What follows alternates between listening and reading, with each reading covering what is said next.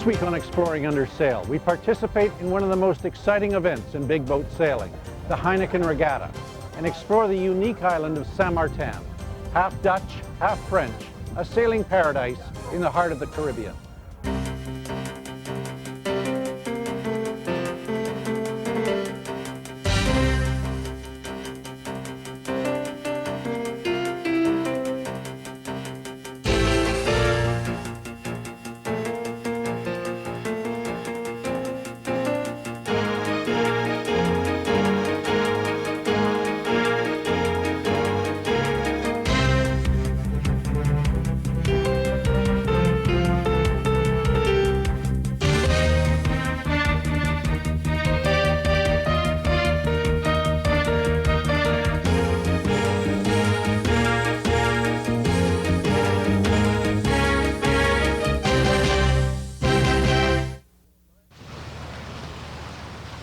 Five days of Caribbean sailing with 200 boats from around the world. Our goal?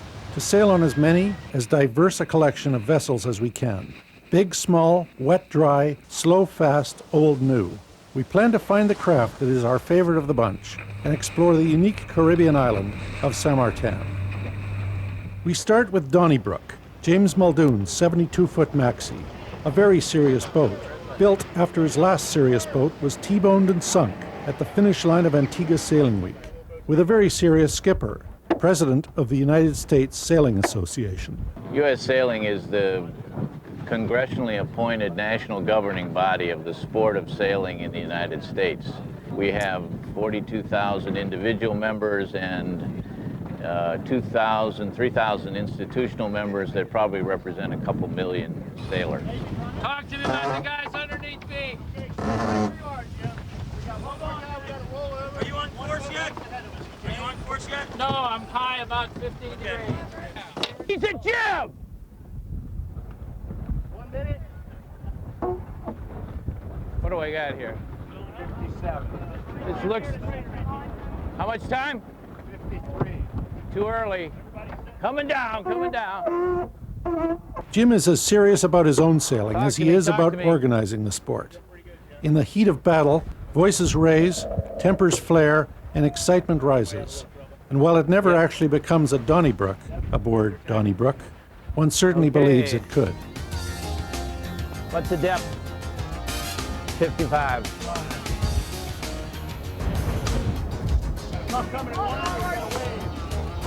Okay, what's my course after this, Bert? What are we going to use? This won't go that far up. Jesus, well, you know, we got something to do. Jim's main competition is the Latvian-built Trader, a high-tech 70-footer, seen here taking the stern of Donnybrook, but just as often running neck and neck or ahead of its fiercest rival. It is quieter aboard Trader than on the black boat behind it, but a rundown of the boat's recent history tells you it has an owner and crew that take their sailing no less seriously. This year we raced on the East Coast. We did Annapolis Newport Race, which we won, and Marblehead Halifax. We then brought it down to Florida and raced the Miami to Palm Beach race, and then the Lauderdale to Key West race in January, which we won that one. And then we just brought it down here. Here we'll be racing this race, the Regatta, the St.Maarten in April. 1st of April we'll do BVI and Tortola. In the end of April, we'll be competing in Antigua Race Week. From there, we go to Newport again and race Newport, Bermuda. So it's a pretty active schedule.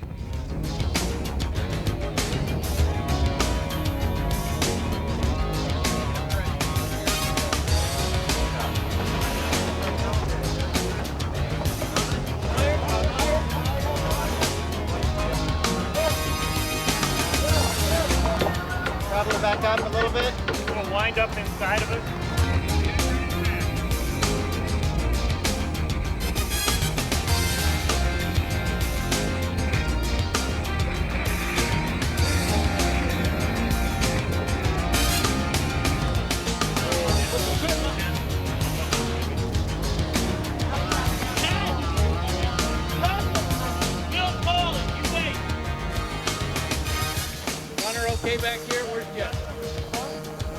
time we get one of those surges, we gain on them.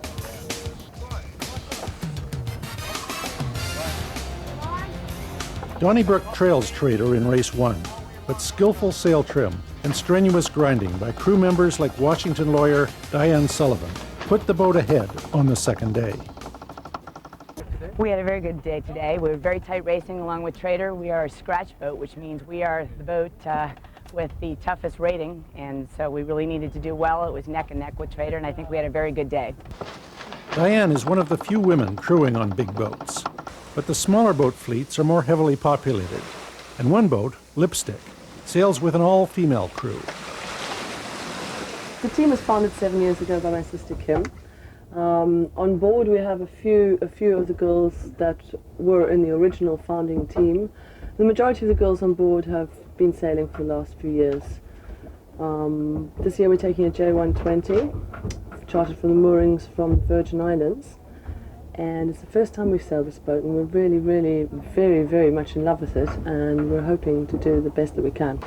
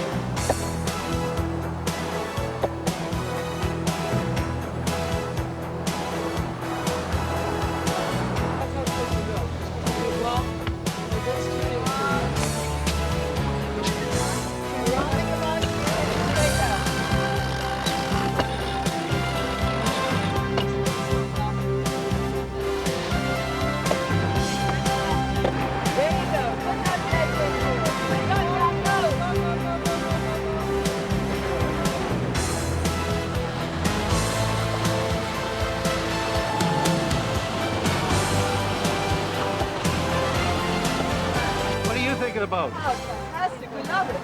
There's no question about it. How fast are we going downwind? Right now we're doing 9, surfing up to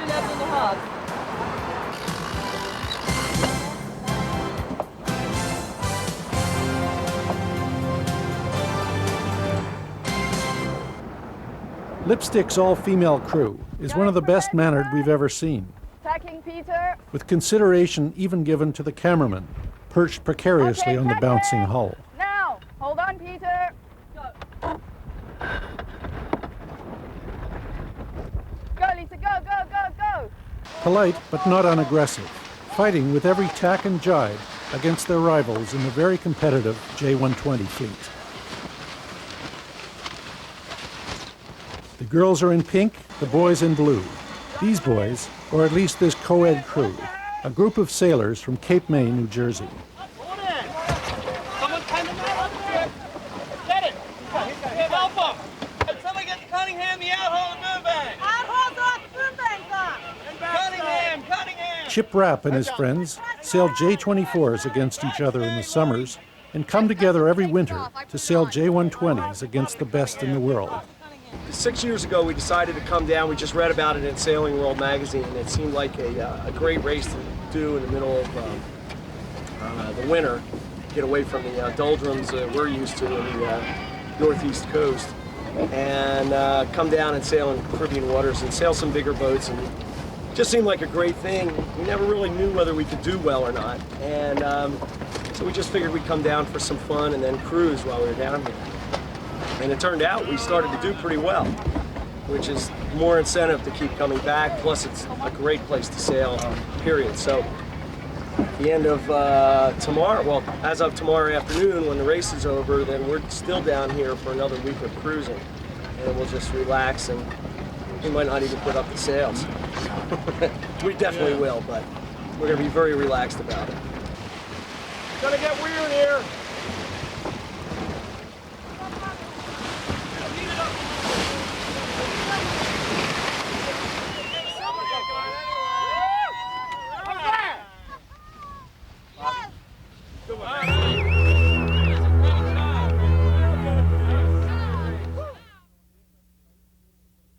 The best-known name in sailboat racing, Dennis Conner, shows up to race aboard the boat that won the America's Cup back for America.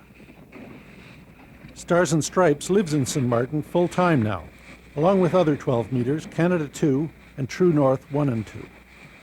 Every day they go out sailing, recreating for paying customers the regatta that many consider to be the best of all time, the 1987 America's Cup. Probably about 60% of the people that come out with us are non-sailors, but we stress that no previous sailing experience is necessary, and the reason for that is that we have some very, very professional crew members who actually train our guests in a very singular task for their crew member's position on the particular day they're going to be going out racing. And we divide our guests into two teams, and then on the way out, we look at the physical qualities of each of the team members and we allocate the appropriate job for them. And then when they're on board, then our crew members actually train them in the job that they're going to be doing. Then what we do is we raise the sails, slip the moorings, and we go out and practice. And once they are well practiced, then we give the nod to the committee boat, and the committee boat brings us under starter's orders, and we have pre-start maneuvers, and then we go racing.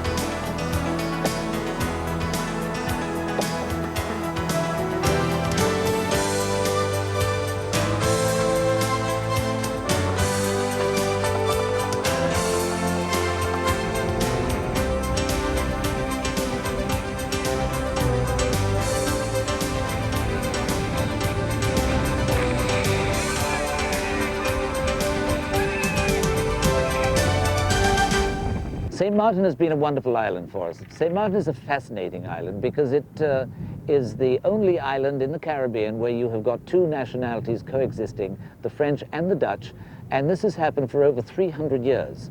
No punch-ups between them. This is great.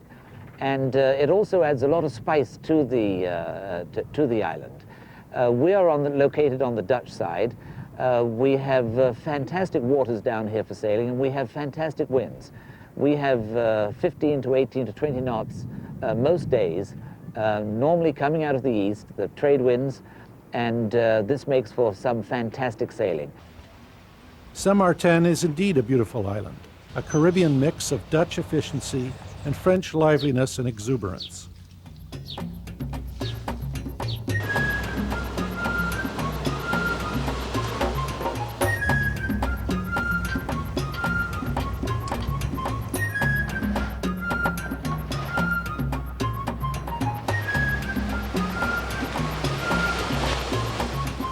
It also boasts an airstrip sufficient to accommodate jets to whisk you in from North America or Europe.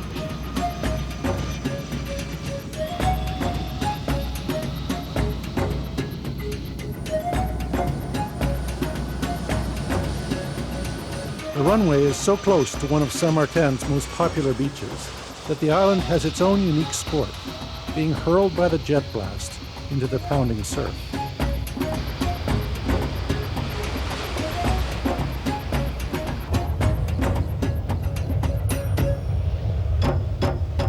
Out on the ocean, people don't need a blast to have one. Instead, they have Nacras, Hobies, and Prindles, all participating in the Polo Beach Cat division of the Heineken Race.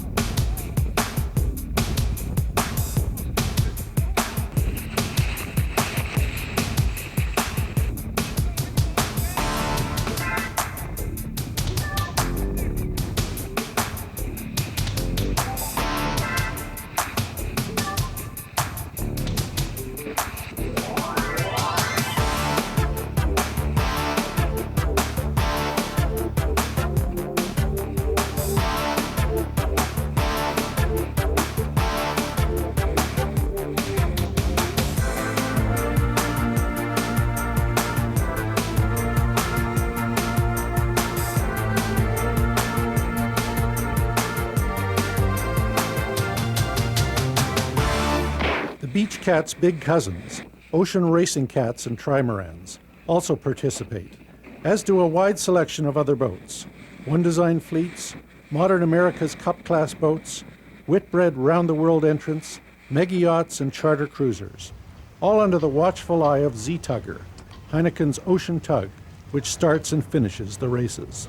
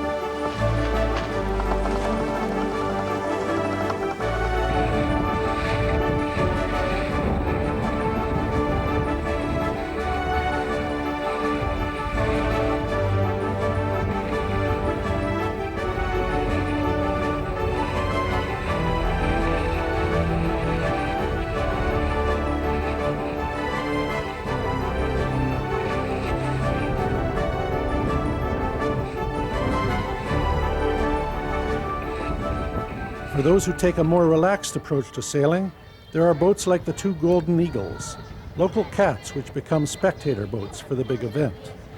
Spectators were out in full force on the last day of the regatta, when 12 fully rigged tall ships joined the fleet to race around the island of St.Maarten. Captain Willem Sligting, fulfilling what he calls his boyhood dream, built and now sails his own tall ship, the Swan van Makkum. She was built in Gdansk in Poland, designed from a Dutch architect.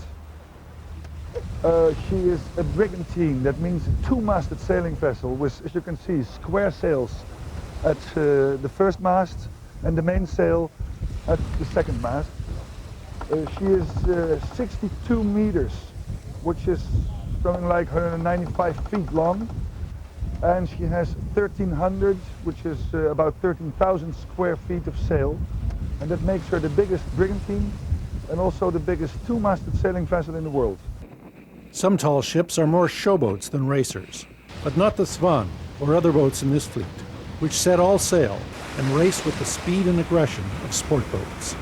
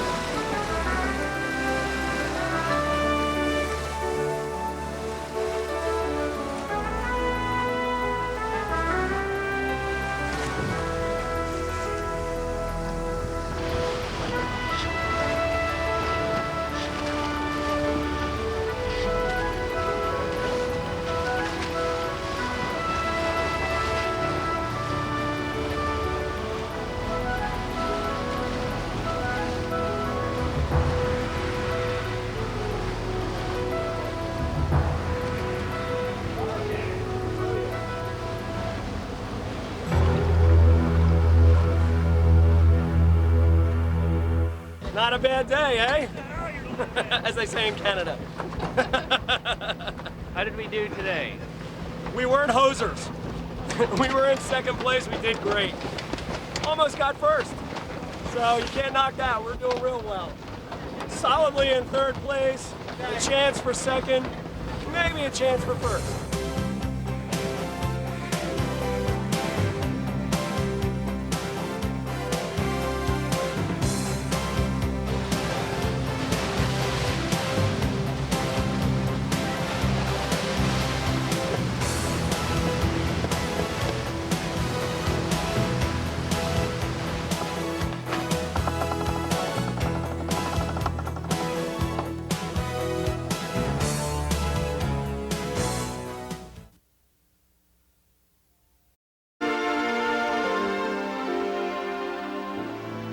At the end of a successful weekend cruise to California's Catalina Island, a group of West Coast sailors decided to organize a more substantial cruise for the following year. They would, they decided, race their boats in the world's largest yacht race to Ensenada, Mexico, then trailer their boats 350 miles south to the cruising grounds of the midriff islands of the Sea of Cortez, where they would spend a week of sailing, diving, and exploring. This is the story of their expedition.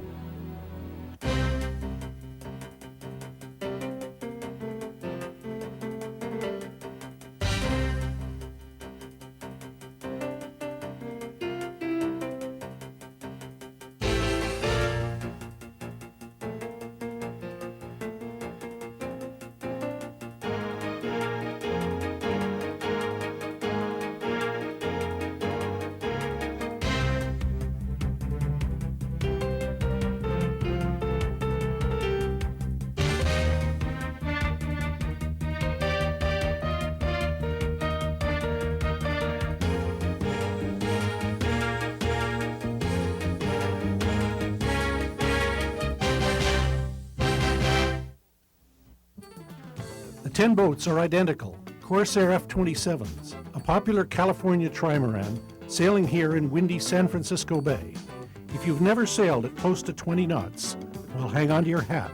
Multihulls are fast and exciting boats. Watch as we leave Alcatraz prison and a 35-foot monohull in our wake.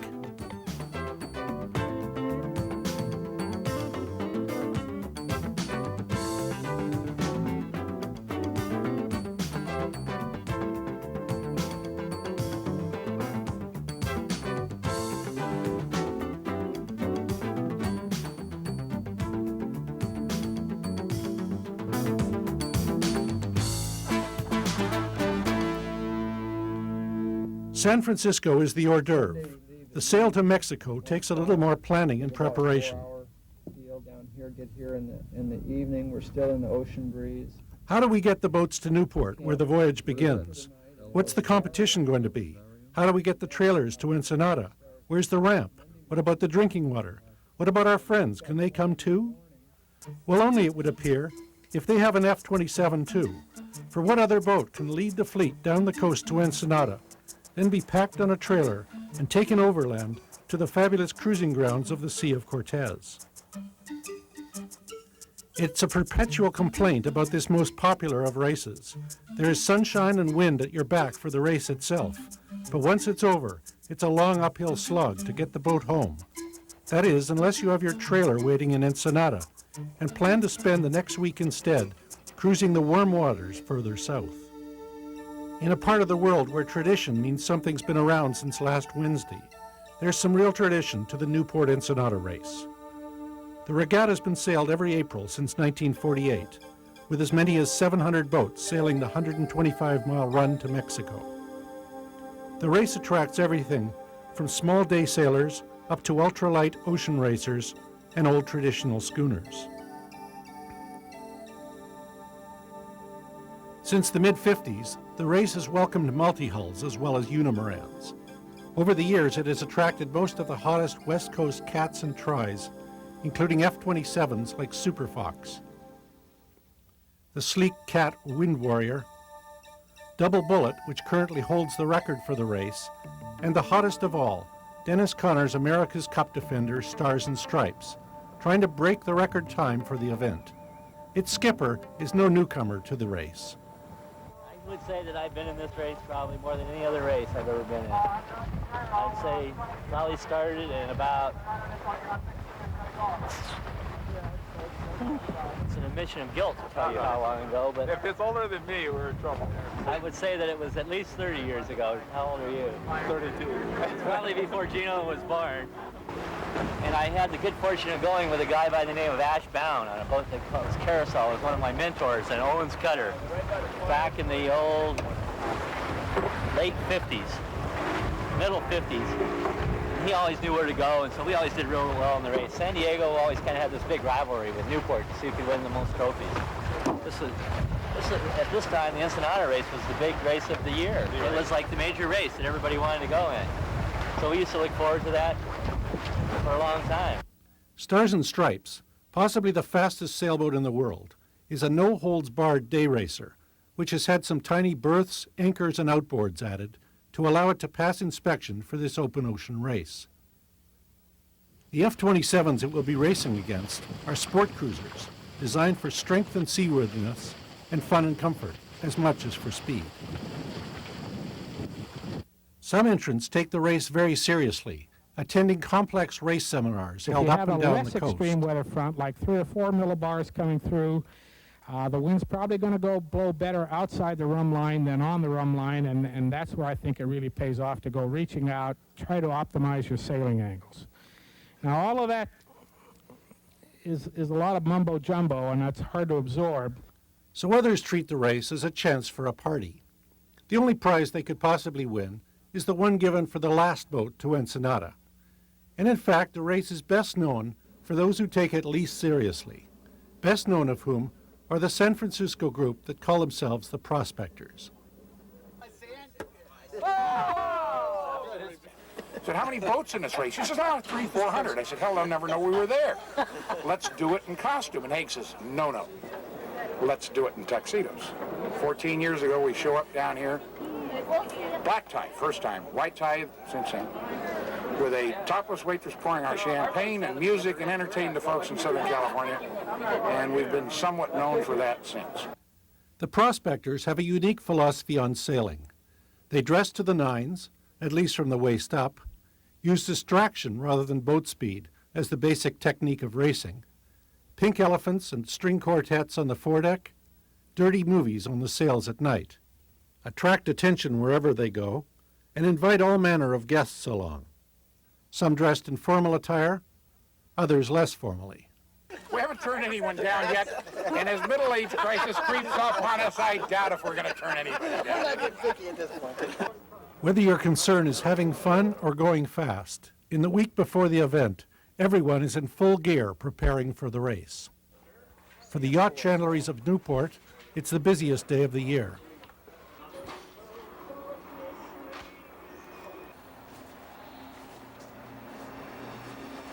In Ensenada, the panga drivers and trinket salesmen are preparing for the onslaught.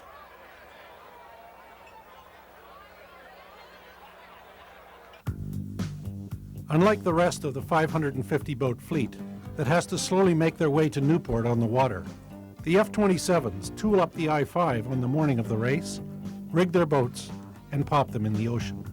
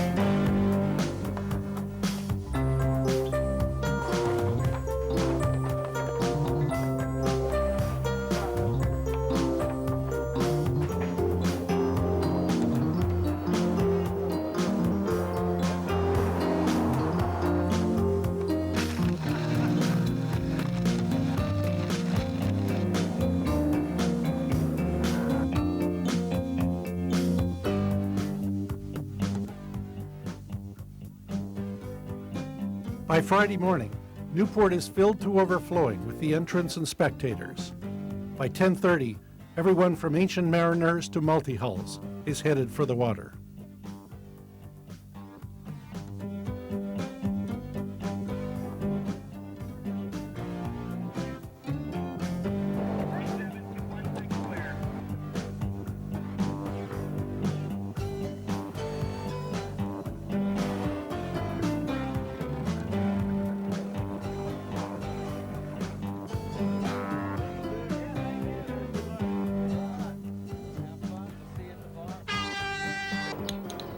"550 boats in a half-square-mile area, all headed in totally different directions, is a sight that will give even experienced racers pause.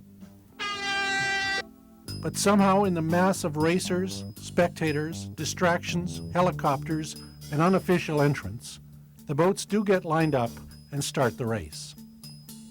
On the windward end, John Walton, builder of the F-27 boats, and Dennis Connor in Stars and Stripes sail across the line together. Then the fleet begins to split up. For the shortest distance between Newport and Ensenada, the rum line is not necessarily the best route to take. Some navigators will reach out to sea, hoping to pick up in time what they will have to make up in distance. Others will go inshore, hoping in part to pick up an offshore breeze come nightfall. The only obstacle on the course are the Coronado Islands, lying 5 miles offshore just south of San Diego. A weak upper-level ridge continues along the west coast with mostly fair weather for Southern California through the weekend. An increasing low-level flow will result in a slight cooling trend for the coastal The F-27s and the Megadollar 70 Raiders, both good in light airs, have left most of the fleet behind. By now the afternoon breeze has clocked north, and the boats are able to set their spinnakers. Mike Mitchie, sailing the prototype F-27 of the now more than 1,000 that have been built, is the first to fly his chute.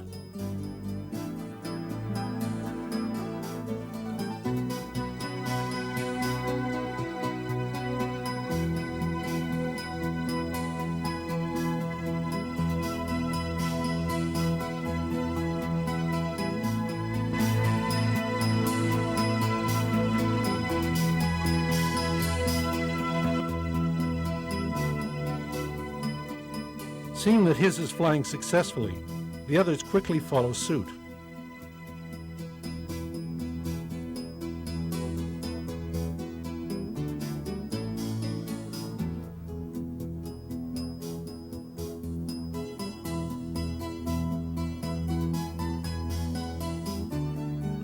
With their chutes up, the boats quickly pick up speed, moving now at 10 knots in the afternoon breeze.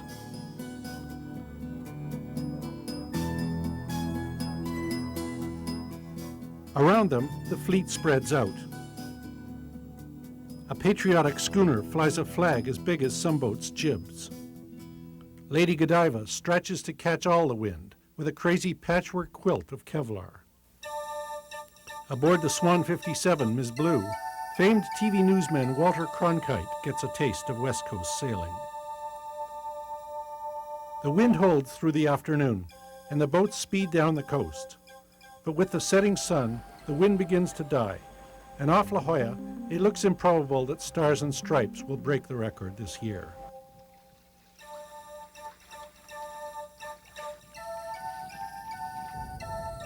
Early Saturday morning, Stars and Stripes ghosts across the Ensenada finish line. The wind just continued to get lighter and lighter during the early evening, and as you can see here now, it's basically glassed off. It took us 7 hours to go the last 10 miles, so that's sailboat racing. But I think we'll probably do all right on corrected time, because it's going to be hard for many of the other boats to go very far in this relatively calm situation. Do you think you'll still win the race? Well, I'm not sure. We'd like to think so, but have to wait for morning and see if there's anybody else around. Many people say that light air is the real test of boats and sailors. If so, the F-27s passed with flying colors that night. Although there's hardly enough breeze to blow a match out, the boats continue their steady pace south toward Mexico. As we pass Chula Vista, last town on the U.S. coast and birthplace of our fleet, we again toast the guys in the factory who had built the boats light, strong, and fast.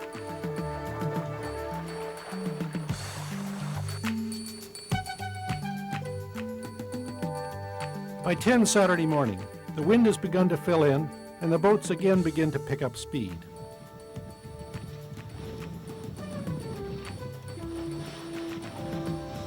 In this light air, a delicate hand on the tiller and a close eye on the spinnaker is the way to win the race. By now, most of the fleet has entered Mexican waters.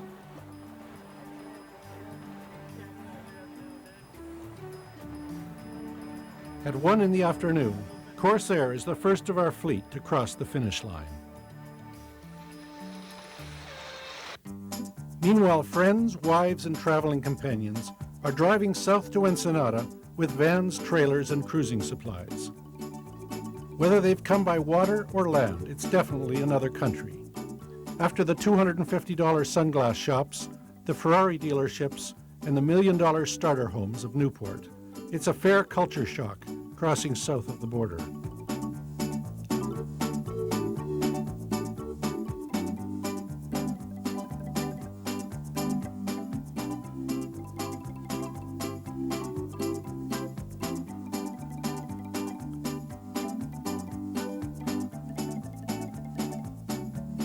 The race has turned several Ensenada establishments into institutions, most notably Husong's Cantina, an unprepossessing little bar, which has now become a major retail chain and brewery. Dos cervezas, por favor. The fleet fills up the harbor, or in Spanish, the Ensenada of Ensenada. Aboard Cronkite's Ms. Blue, there's no doubt who the anchorman should be. After a brief stay in the grimy waters of Ensenada, our F-27s head 4 miles south to surf into a shallow, protected, and quiet bay. Apart from the local cowboys, we have the bay to ourselves, for it's far too shallow for the keel boats that make up the rest of the fleet, but perfect for these short-drafted multi-hulls.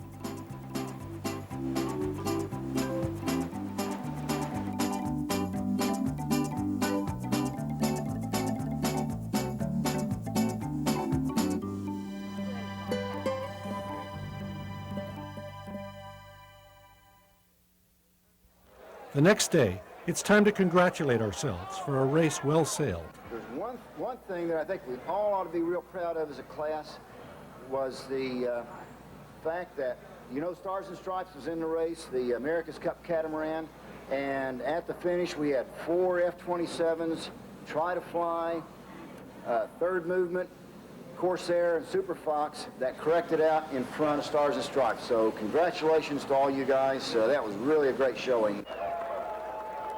John himself wins 2 prizes. First trimaran, first place multi-hull. The next morning, it's time to hit the road for Bahia de Los Angeles.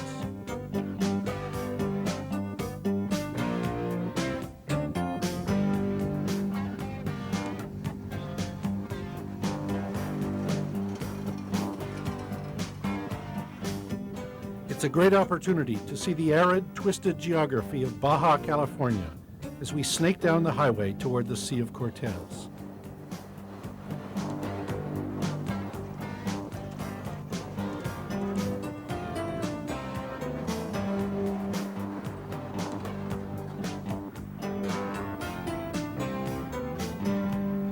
"24 hours later, we re-rigged the boats in the sleepy Mexican village of Santa Rosalita, launched them, push the Amas out into sailing mode, and go cruising.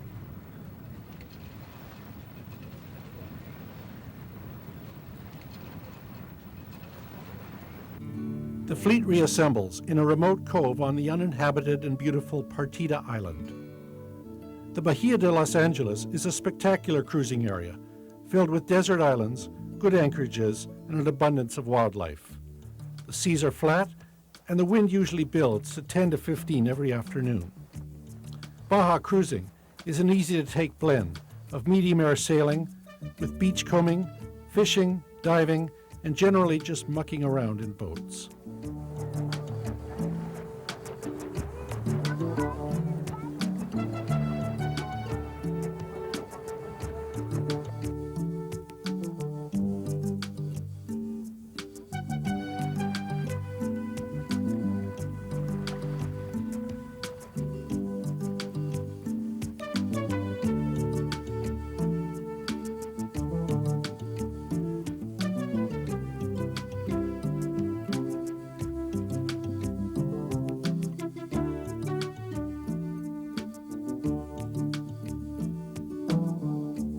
They get pretty crispy in the sunlight, so we got to put it back in soon. Especially, this one's getting pretty crispy.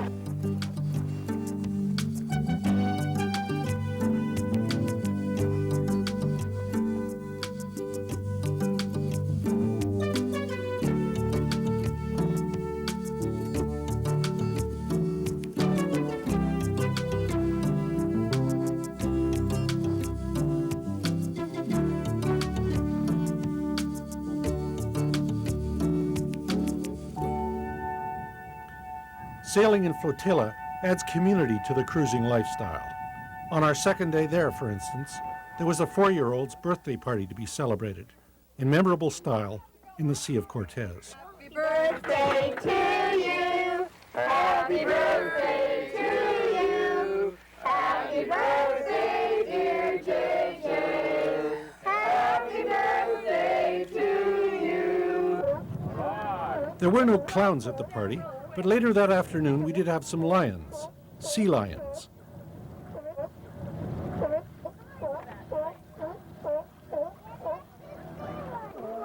Although the water is still surprisingly frigid in April, few could resist diving in to swim with them.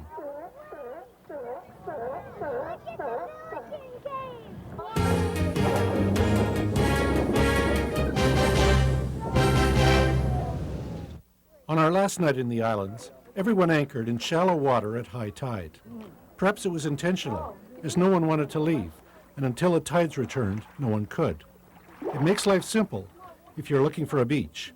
Just sail into a couple of feet of water and wait till the tide makes a beach under your boat. When the tide did return later that morning, we left for the sail back to the mainland in our vans and trailers in the village.